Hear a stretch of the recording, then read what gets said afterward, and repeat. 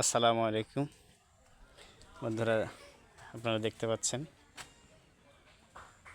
আমার বাজরিগার দুটো পাখির ছানা। সবসময় ওদেরকে আমি সময় দিতে পারি না, তো ওরা এখন শিখিনি, হয়তো ওরা শিখলে ওদের কাছে রাখতে পারবো না। দেখতে পাচ্ছেন ওরা দুটো আমার ঘাড়ের উপরে বসে আছে। আমি এবার ওদের হয়তো কথা শিকারি করতে পারিনি। গতকাল এদেরই মা